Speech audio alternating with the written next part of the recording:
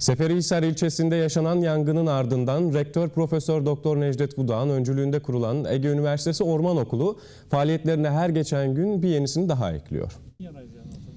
Orman yangınlarına dikkat çekmek amacıyla Rektör Budak'ın liderliğinde kurulan Ege Üniversitesi Orman Okulu, geçtiğimiz günlerde yangından zarar gören bölgeleri ziyaret ederek farkındalık oluşturmuştu. Ekosistem anlatıyoruz ama bence şu önemlidir diye. Orman Okulu'nun yeni faaliyetleriyle ilgili açıklamalarda bulunan proje yürütücüsü Doçent Doktor Ayşel Temel Eğinli, yürütülecek çalışmalarda bilginin kalıcılığını hedefliyoruz diye konuştu. İzmir'in Seferihisar ilçesinde gerçekleşen yangının ardından Rektör Hocamız Sayın Profesör Doktor Necdet Budak, Ege Üniversitesi'nin ilgili fakültelerinden hocalarıyla birlikte Ege Üniversitesi olarak neler yapabiliriz diye bir toplantı gerçekleştirdi.